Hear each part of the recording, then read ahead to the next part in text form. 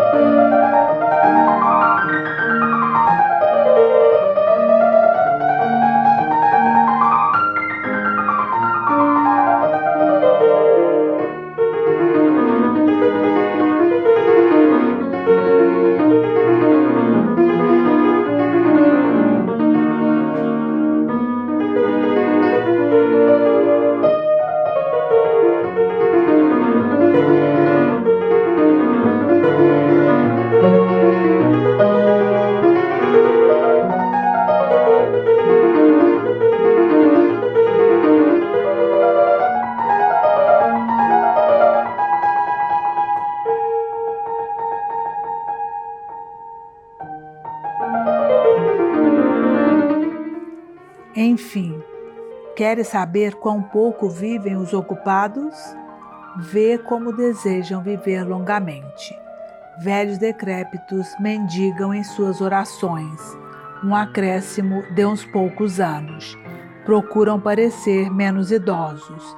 Eles lisonjeiam-se com mentiras e encontram tanto prazer em enganar a si próprios, que é como se enganassem junto o destino. Mas quando uma enfermidade qualquer adverte-os de que são mortais, morrem tomados de pavor, não como se deixassem a vida, mas como se ela lhes fosse arrancada. Ficam gritando que foram tolos em não viver e que, se por acaso escaparem da doença, haverão de viver no ócio. Então tomam consciência de quão inútil foi adquirir o que não desfrutaram e de como todos os seus esforços resultaram em vão. Mas para aquele cuja vida esteve livre de preocupações, porque não haveria ela de ser longa, dela nada foi transferido a um outro, nada foi atirado a um e a outro lado, nada foi dado à fortuna, nada desperdiçado por negligência, nada foi esbanjado com prodigalidade, nada ficou sem ser empregado. Toda ela, por assim dizer, teve proveito, e deste modo, por mais curta que seja, ela é mais que suficiente. E, portanto, quando lhe vier o último dia, o sábio não hesitará em caminhar para a morte com passo firme. Talvez tu me perguntes, a quem eu chamo de ocupados? Não há por que pensar que entendo serem ocupados, apenas aqueles contra os quais se mandam os cães para expulsá-los da basílica, ou os que vemos sobressair, seja orgulhosamente em meio à multidão de seus clientes, seja desprezivelmente da de outro, ou aqueles cujos compromissos obrigam a abandonar seus lares para ir bater à porta do outro, ou aqueles a quem a lança do pretor põe ocupados devido a um lucro infame, e que um dia haverá de apodrecer. O ócio de alguns é ocupado, quer em sua vila ou em seu leito, quer em meio à solidão, mesmo quando estão afastados de todos. Eles próprios prejudicam a si mesmos. Não devemos chamar sua vida de ociosa, mas de ocupação indolente. Por acaso chamas de ocioso o que coleciona com escrupuloso cuidado os bronzes coríntios, preciosos devido à mania de uns poucos, e consome a maior parte de seus dias em meio a ferrugentos pedaços de metal? E o que se senta no ginásio, que vergonha! Os vícios dos quais somos vítimas nem mesmo são romanos para apreciar as pelejas dos rapazes que se estapeiam. E o que classifica seus rebanhos de cavalos, segundo a cor e a idade, ou os que patrocinam os mais novos campeões de atletismo. Que? Tu chamas ociosos os que passam muitas horas no cabeleireiro aparando o que cresceu na noite anterior, discutindo a respeito de cada fio de cabelo, colocando em ordem as madeixas desarranjadas ou ajeitando sobre a testa as que estão falhas aqui e ali? Como ficam irados! Seu barbeiro foi um pouco negligente, crendo que estava a parar os cabelos de um verdadeiro homem. Como se encolerizam! Se algo de sua cabeleira foi cortado, se algo está fora de ordem, se tudo não cai em seus devidos cachos, qual destes não preferiria ver a desordem na República, a ver a de seus cabelos?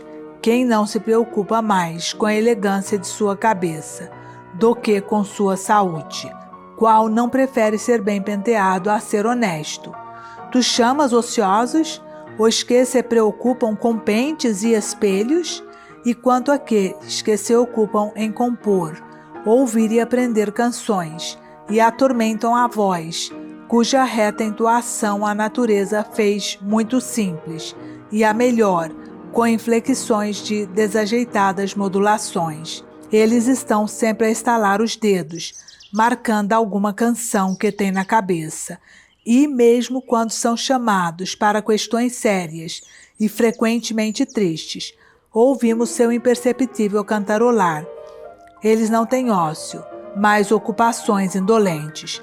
Nem por Hércules considero seus festins como tempo livre, uma vez que vejo com quanta solicitude dispõe a prataria, quão diligentemente ajeitam as túnicas de seus jovens prediletos, quão ansiosos ficam por saber como o javali sai das mãos do cozinheiro, ou com que velocidade os escravos jovens, a um dado sinal, correm às suas obrigações, com quanta perícia as aves são cortadas em bocados, não muito grandes, ou quão cuidadosamente os infelizes escravos limpam o vômito dos bêbados. É por estes meios que adquirem a fama de serem elegantes e faustosos, e seus males perseguem-nos, até mesmo nos menores detalhes da vida, de modo que eles não podem comer, nem beber sem afetação. Eu não contaria entre os ociosos aqueles que se fazem transportar para cá e para lá, em carruagens ou liteiras, e observam pontualmente a hora de seus passeios, como se não lhes fosse lícito perdê-los, nem os que se fazem lembrar por outro quando devem banhar-se, nadar ou comer. Seus espíritos, extraordinariamente débeis, estão tão enfraquecidos pela lassidão, que eles nem mesmo podem decidir por si sós se têm fome.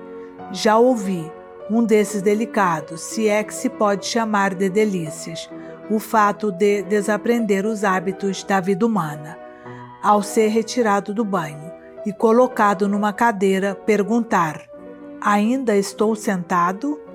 Tu crês que este, que ignora até se está sentado, sabe se vive, se vê, se é ocioso? Não poderia dizer de pronto o que lamento mais, ele realmente não saber ou fingir não sabê-lo. Esses esquecem-se realmente de muitas coisas, mas também fingem esquecer de muitas outras. Certos vícios deleitam-nos, como se fossem provas de felicidade. Parece-lhes próprio de um homem muito baixo e desprezível saber o que faz. E agora, não vais crer que os mimos exageram quando ridicularizam a luxúria. Estes, por Hércules, ultrapassam em muito as invenções dos mimos, e neste nosso século, engenhoso apenas para tais coisas, os vícios progrediram tanto que já podemos acusar os mimos de negligência. É o cúmulo haver alguém que está tão atolado na luxúria que se fia na palavra de um outro para saber se está ou não sentado. Portanto, esse aí não é ocioso. Dá-lhe outro nome. Ele está doente, ou melhor ainda, está morto. É ocioso que é também consciente de seu lazer. Mas este semivivo, que precisa de alguém que lhe indique a postura do próprio corpo, como poderia ser senhor de um momento sequer de sua vida? Seria alongar demais, percorrer todos os exemplos daqueles que desperdiçaram suas vidas, em jogos de xadrez, bola ou queimando-se ao sol. Não gozam de ócio aqueles cujos prazeres trazem muitas ocupações, pois ninguém duvidará que muitos se fatigam sem nada obrar, os que se prendem a inúteis questões de literatura. E eles já são multidão. Entre os romanos, foi um vício dos gregos investigar quantos remadores teve Ulisses, se a Ilíada ou a Odisseia foi escrita primeiro, e além disso, se eram de um mesmo autor, e outros conhecimentos dessa espécie, que seus reservas para ti mesmo, em nada deleitam o intelecto, se os publicas, não serás tido por mais douto, mas por mais enfadonho. E eis que esta frívola paixão de aprender inutilidades apossou-se também dos romanos. Há alguns dias, ouvi certa pessoa relatando qual foi o primeiro dos generais a fazer tais e tais coisas, que Duílio foi o primeiro a vencer numa batalha naval, que Cúrio Dentato foi o primeiro a conduzir elefantes no seu cortejo triunfal. Mas esses assuntos, ainda que não conduzam à verdadeira glória, versam sobre exemplos de feitos cívicos. Tal ciência não acarreta benefício algum, embora nos prenda a atenção pela futilidade dos feitos. Perdoemos também aos que pesquisam assuntos como este. Quem foi o primeiro a persuadir os romanos a embarcar no navio? Foi Cláudio, e por este mesmo motivo, cognominado Caldex, porque entre os antigos a reunião de várias tábuas chamava-se Caldex. Daí o nome de códices às tábuas da lei. E ainda hoje, as naves que carregam provisões pelo Tibre são chamadas segundo a maneira antiga, Decodicariae. Sem dúvida, isto pode ser de algum valor. Que Valério Corvino foi o primeiro a subjugar Messina e, tendo tomado para si o nome da cidade conquistada, foi o primeiro da família dos Valérios a denominar-se Messana, e que, tendo sido trocadas as letras por uma gradual corruptela da linguagem popular, chamou-se Messala. Porventura, permitirás a alguém ocupar-se também disto? Que Lúcio Sula foi o primeiro a apresentar os leões soltos no circo, enquanto que anteriormente eram apresentados acorrentados e que foram enviados arqueiros pelo rei Boco para exterminá-los? Que seja, façamos também essa concessão. Mas acaso há um mínimo de valor em saber que Pompeu foi o primeiro a proporcionar um combate no circo com 18 elefantes, tendo-se enviado criminosos para enfrentá-los como se fosse uma batalha? O primeiro dos cidadãos, e segundo que a fama nos legou, homem que sobressaiu entre os antigos líderes por sua bondade, julgou ser um novo tipo de espetáculo digno de memória, matar homens de um modo novo. Combatem até a morte? É pouco. Despedaçam-se? É pouco. Que sejam esmagados por uma enorme massa de animais. Seria suficiente que esses assuntos passassem ao esquecimento, para que, posteriormente, um prepotente qualquer não aprendesse e invejasse uma ação tão desumana. Quantas trevas uma grande fortuna causa às nossas mentes! Acreditou estar acima das leis da natureza, quando lançou aquele bando de miseráveis a feras nascidas sob outros céus, quando proporcionou um combate entre animais tão desiguais, quando fez verter tanto sangue diante dos olhos do povo romano, ele que em breve seria forçado a verter mais ainda. Mas logo em seguida, o mesmo Pompeu, traído pela deslealdade alexandrina, entregou-se ao último dos escravos para ser abatido. Só então compreendeu a vã ostentação de seu cognome. Mas para que retorne ao ponto de onde me desviei, e para que mostre a inutilíssima diligência de alguns nestes mesmos assuntos, aquele mesmo erudito, contava que Metelo, tendo vencido os cartagineses na Sicília, foi o único de todos os romanos a conduzir em seu triunfo 120 elefantes diante do carro, e que Sula foi o último dos romanos a aumentar o pomerio, coisa que, segundo os costumes antigos, só se fazia após a conquista de territórios italianos, e nunca provinciais.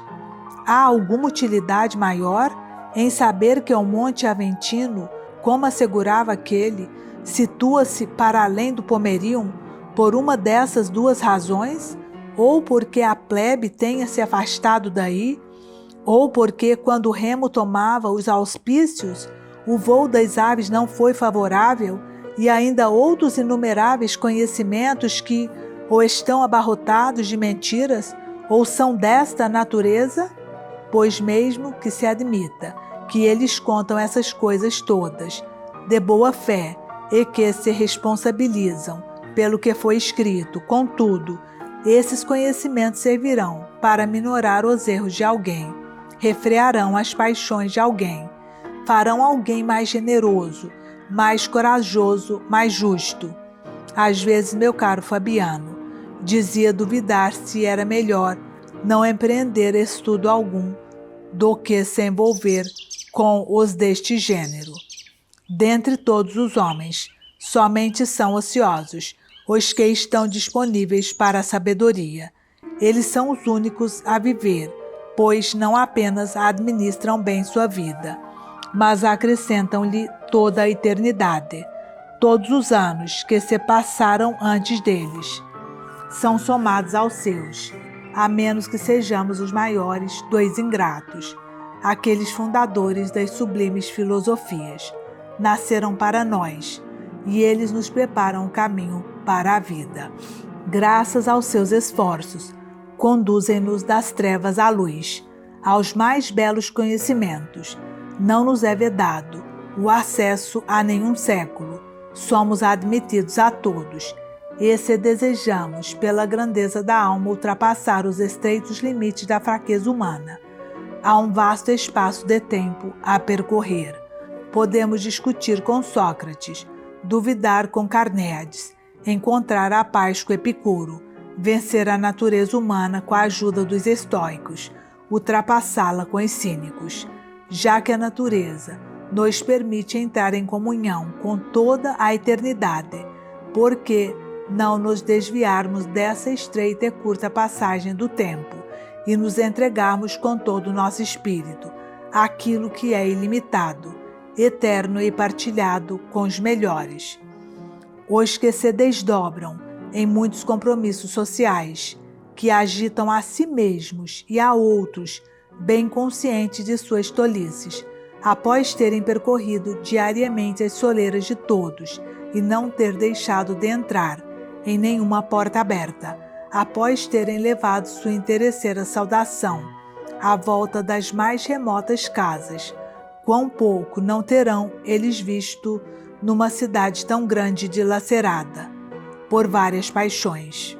Quantos haverá cujo sono, dissolução ou grosseria não os afastará? Quantos, após os terem torturado com uma longa espera, não passarão por eles, fingindo estarem apressados? Quantos não evitarão aparecer no átrio repleto de clientes, escapando por portas secretas, como se fosse menor descortesia, enganar do que despedir? Quantos, ainda meio adormecidos e pesados devido à embriaguez da noite anterior, responderão àqueles pobres coitados que interromperam seu sono para esperar o despertar de um outro, com o bocejo mais arrogante, mal levantando os lábios? Podemos afirmar que se dedicam a verdadeiros deveres somente aqueles que desejam estar cotidianamente na intimidade de Zenão, Pitágoras, Demócrito, Aristóteles, Teofraste e os demais mestres de virtude. Nenhum deles deixará de estar à nossa disposição. Nenhum despedirá o que o procurar, sem que o faça mais feliz e mais devotado a ele. Nenhum permitirá a quem quer que seja partir de mãos vazias, e eles podem ser encontrados por qualquer homem, tanto durante o dia como à noite. Nenhum destes forçará a tua morte, todos te ensinarão a morrer, nenhum dissipará teus anos, mas te oferecerá os seus. Nunca a conversação com eles será perigosa, fatal a amizade ou onerosa deferência. Conseguirás deles tudo o que quiseres, não será deles a culpa, se não tiveres exaurido tudo o que desejas. Que felicidade, que bela velhice não aguarda o que se dispôs a ser seu cliente. Ele terá com quem discutir sobre as menores, bem como sobre as maiores questões, a quem consultar diariamente sobre si mesmo, de quem ouvir a verdade sem ofensa e ser louvado sem adulação, a cuja semelhança se possa moldar. Costumamos dizer que não está em nosso poder escolher os pais que a sorte nos destinou, mas que nos foram dados ao acaso. Contudo, é-nos permitido ter o nascimento, segundo a nossa escolha. Existem famílias dos mais nobres espíritos. Escolhe a qual delas queres pertencer, e receberás não apenas seu nome, mas também seus próprios bens, que não terás de vigiar miserável e mesquinhamente, pois quanto mais forem partilhados pelos homens, maiores se tornarão. Estes te darão acesso à eternidade, te levarão àquelas alturas, de onde ninguém se precipita. Esta é a única maneira de prolongar a existência mortal e até mais, de convertê-la em imortalidade. As dignidades, os monumentos, tudo que a ambição impôs por decretos ou construiu com o suor, depressa a decair em ruínas. Não há nada que a longa passagem dos anos não destrua ou desordene, mas ela não pode tocar nos conhecimentos que a sabedoria consagrou. Nenhuma idade os destruirá ou diminuirá. A seguinte e as sucessivas sempre hão de aumentá-los ainda mais, pois a inveja tem olhos apenas para o que está próximo de si, e admiramos com menos malícia o que está distante. Portanto, a vida do filósofo estende-se por muito tempo, e ele não está confinado nos mesmos limites que os outros. É o único a não depender das leis do gênero humano. Todos os séculos servem-no como a um Deus. Algo distancia-se no passado, ele recupera-o com a memória. Está no presente, ele o desfruta. Há de vir no futuro, ele o antecipa. A reunião de todos os momentos, num só, torna-lhe longa a vida. É extremamente breve e agitada a vida dos que esquecem o passado, negligenciam o presente e receiam o futuro. Quando chegam ao termo de suas existências, os pobres coitados compreendem tardiamente que estiveram por longo tempo ocupados em nada fazer, e, pelo fato de fazerem frequentes apelos à morte, não há por que pensar que fica provado que eles tenham usufruído de uma longa existência. Sua cegueira os atormenta com emoções incertas e que os faz incidir nas próprias coisas que temem. Desejam então, muitas vezes, a morte, porque os aterroriza. Não há ainda razão para se pensar que isto também seja uma prova de uma vida longa. O fato de muitas vezes os dias lhe parecerem longos, ou porque se queixam de as horas custarem a passar, até que chegue o momento do jantar.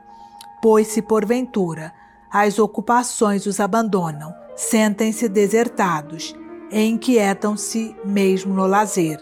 Nem sabem como dispor dele ou matá-lo, portanto anseiam por uma ocupação qualquer, e todo intervalo de tempo entre duas ocupações lhes é um fardo.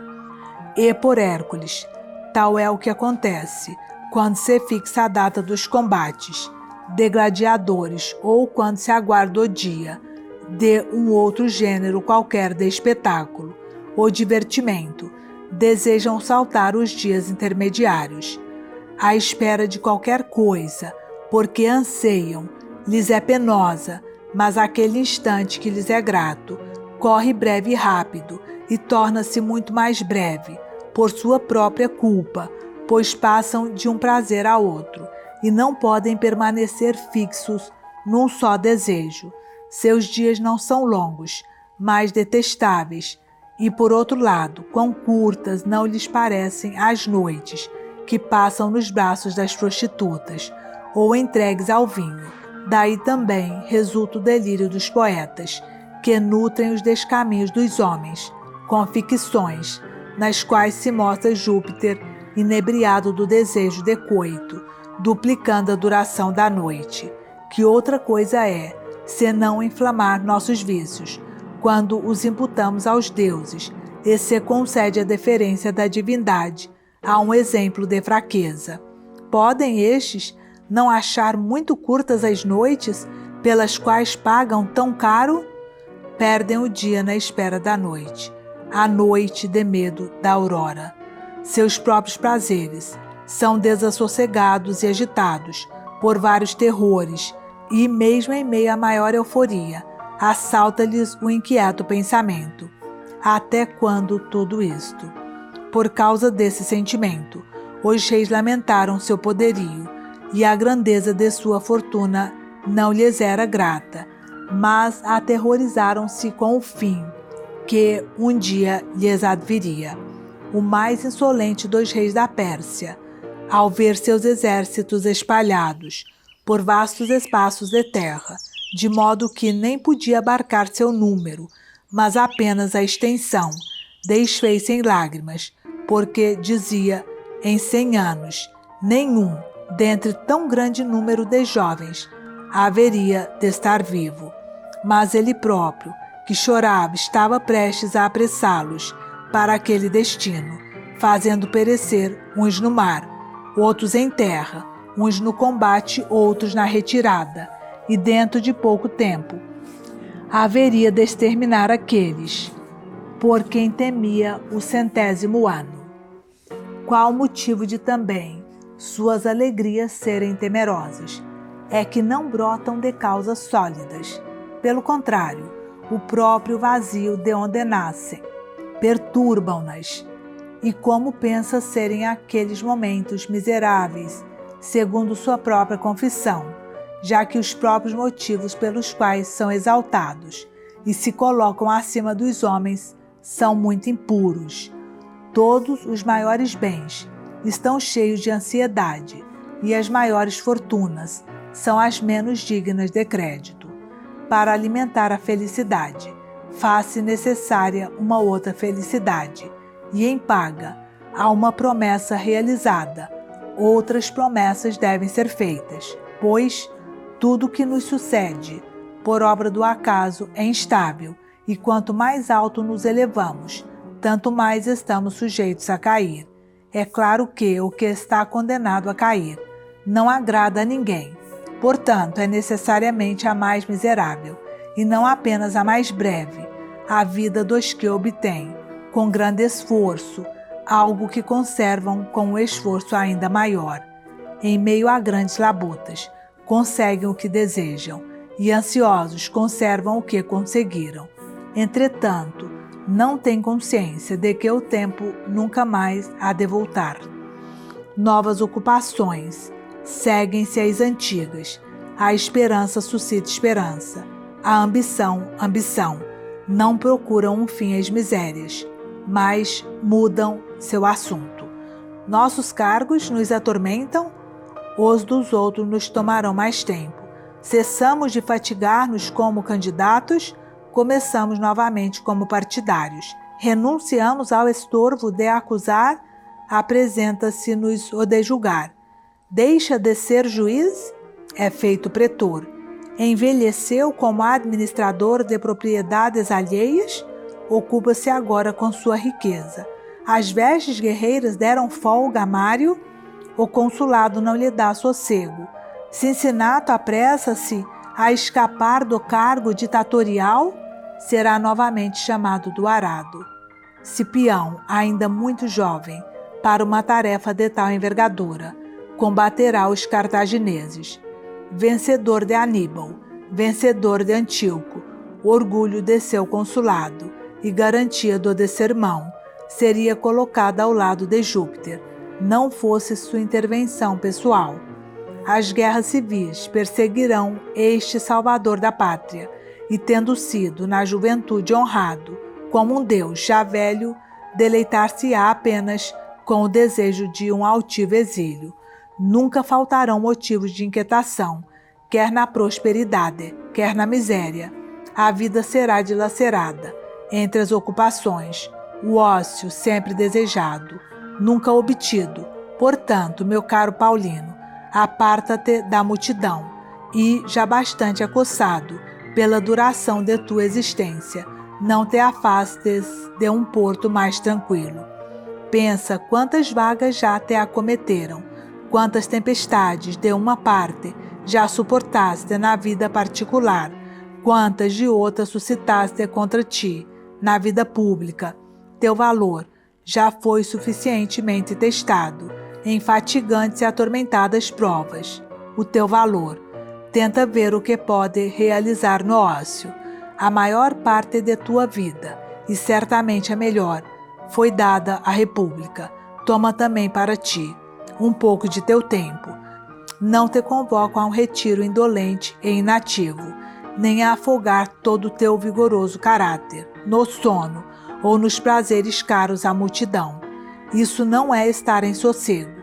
Encontrarás tarefas maiores que todas as que cumpriste devotadamente até aqui, as quais executarás no retiro e livre de preocupações.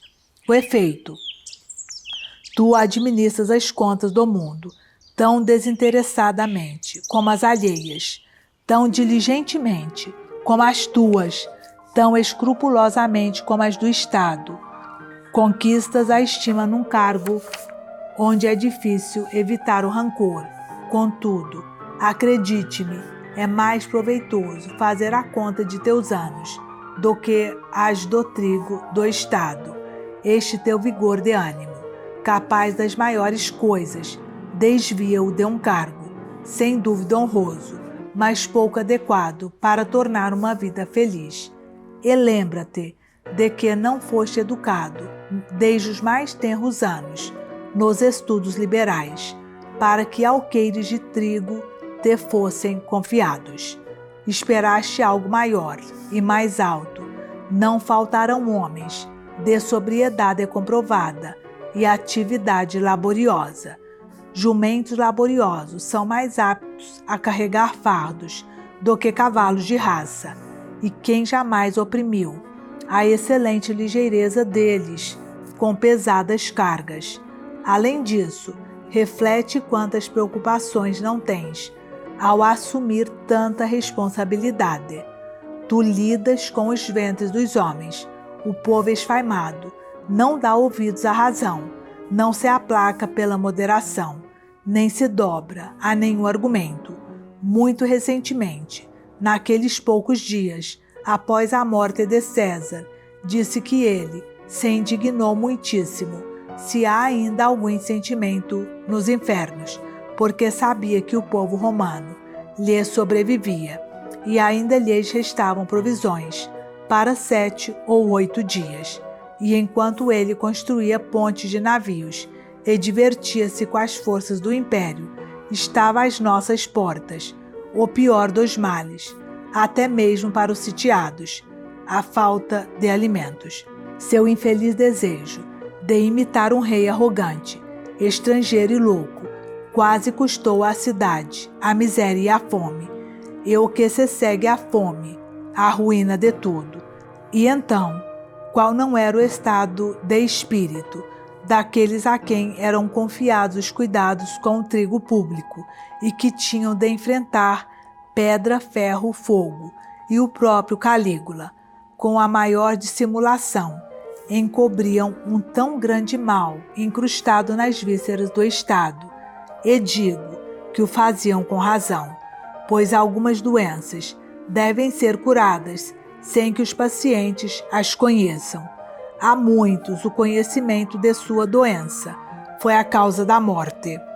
Recolhe-te a estas coisas mais tranquilas, mais seguras, melhores. Acaso tu pensas serem o mesmo estas duas coisas? Cuidar que o trigo seja transportado ao celeiro, intacto e a salvo da fraude, ou negligência dos carregadores, que não se estrague pela fermentação, que esteja bem seco, que seu peso e medida confiram, e elevar-se às coisas sagradas e sublimes, para conhecer qual é a substância de Deus, seu prazer, sua condição, sua forma, que destina aguarda tua alma, que lugar a natureza nos destina, após nos separarmos do corpo, qual a razão, porque ela mantém os corpos mais pesados no centro do universo, suspende os altos, as regiões altas, eleva o fogo à mais alta, impele as estrelas às suas trajetórias, e ainda outras coisas cheias de notáveis maravilhas. Abandona o solo e volta-te a esses estudos. Agora, enquanto o sangue ferve, deve-se ir com determinação para o melhor.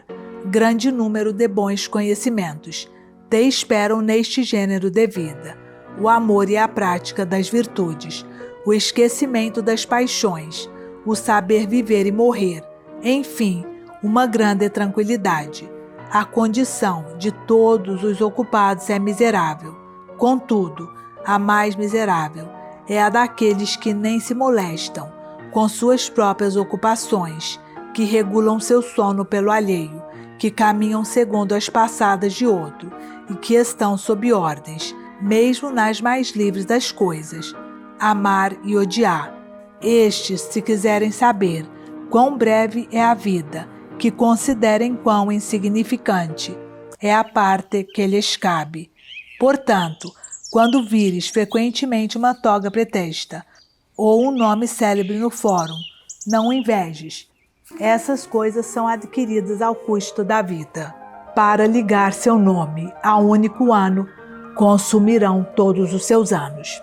A uns, a vida abandonou, logo nas primeiras etapas, antes que tivessem atingido as alturas ambicionadas. A outros, após terem galgado o cume das honras, através de 1000 desonestidades, sobrevém o triste pensamento: ter trabalhado tanto por uma inscrição num túmulo, enquanto estavam dispostos para novas esperanças, como na mocidade, a extrema velhice de alguns, já incapaz, frustrou-lhes os grandes e insaciáveis esforços.